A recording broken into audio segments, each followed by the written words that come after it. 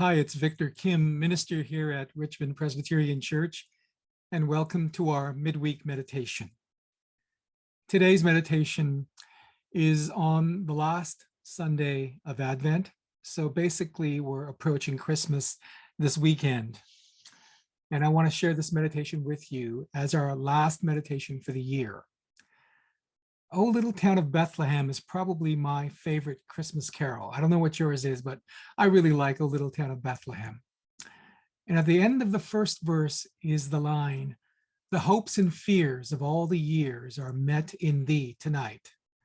This carol was written back in 1868 by Phillips Brooks, an Episcopal priest in Philadelphia. And he wrote it for a Christmas Sunday school service. Little could he have known that his simple carol, inspired by an earlier visit to Bethlehem, would end up as one of the all-time favorites. And perhaps part of its popularity is that line, "The hopes and fears of all the years are met in thee tonight." That line seems so poignant for so many people. It is for me, and I wonder what it says to you. Hope and fear. These are the two competing forces that vie for control over our lives and how we will live them. Hope and fear are always in tension, right, with one another. There are times when our fear seems stronger than our hope. And maybe for many of us, this is such a time. I'm recording this meditation on the same day that further restrictions were brought down in our province of British Columbia due to the fast spreading Omicron variant of the COVID-19 virus. We're in the midst of a pandemic that seems to have no end in sight. We're getting close to 2 years. And I don't need to reiterate all of the challenges that this pandemic has brought upon all of us, whether it's socially, whether it's economically, whether it's biologically, whether it's politically.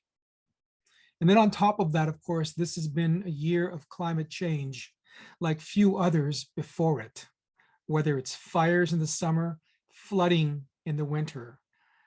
If hope and fear are in competition, this seems to be the year where fear has edged ahead. You know, it wasn't all that different those many years ago in Bethlehem. Jesus was born into a nation, into a land that was under occupation. The ruler of his area, a guy named Herod, wanted him dead. Jesus and his family had to flee as refugees to Egypt to save their lives. And yet Luke's gospel calls the birth of Jesus good news of great joy, good news of great joy. And the gospel, according to John, describes it as the word becoming flesh, the light that shines in the darkness. And hundreds of years earlier, the prophet Isaiah had foretold that the people who walked in darkness have seen a great light, and those who lived in a land of deep darkness, on them light has shined. For a child has been born for us, a son given to us. Authority rests upon his shoulders, and he is named Wonderful Counselor, Mighty God, Everlasting Father, Prince of Peace.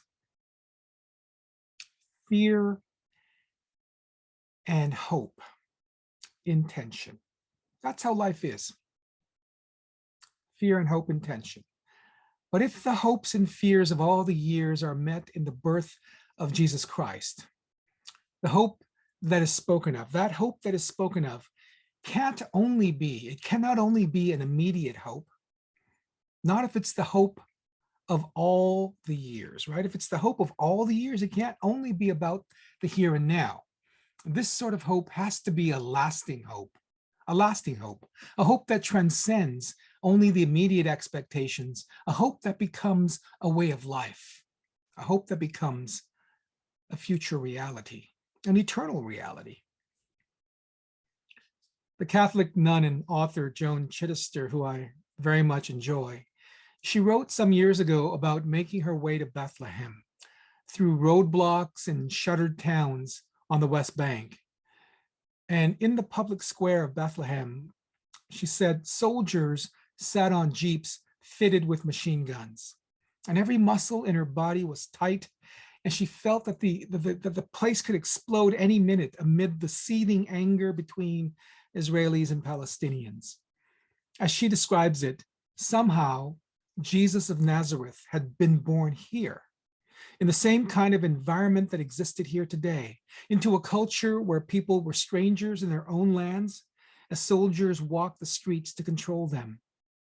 It was a political insight. It was a deeply, disturbingly human one.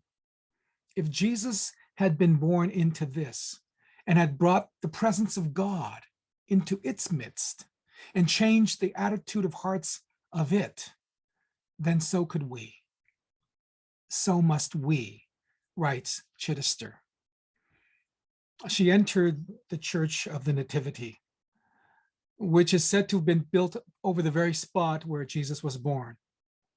She knelt down with her fellow travelers on that marble floor. And if you've been to Bethlehem, as I have, you know exactly what I'm talking about.